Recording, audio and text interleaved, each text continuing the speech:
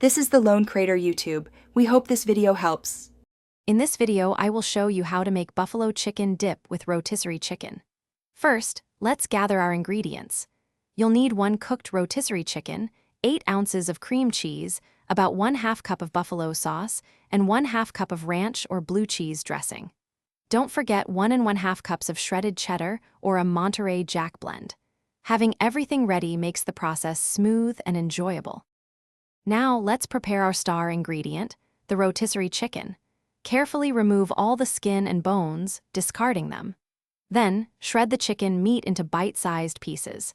You can do this by hand with 2 forks, or for a super fast method, use a stand mixer with the paddle attachment on low speed for about 30 seconds. This step ensures your dip has a great texture. Next, it's time to bring everything together. In a large mixing bowl, soften your 8 ounces of cream cheese.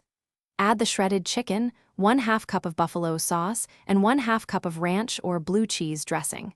Stir everything together until it's well combined and creamy. This creates the delicious base for your dip, ensuring every bite is packed with flavor. Finally, let's get this dip ready for the oven. Transfer your mixed buffalo chicken dip into an 8 by 8 inch baking dish. Sprinkle the remaining 1 1/2 cups of shredded cheese evenly over the top.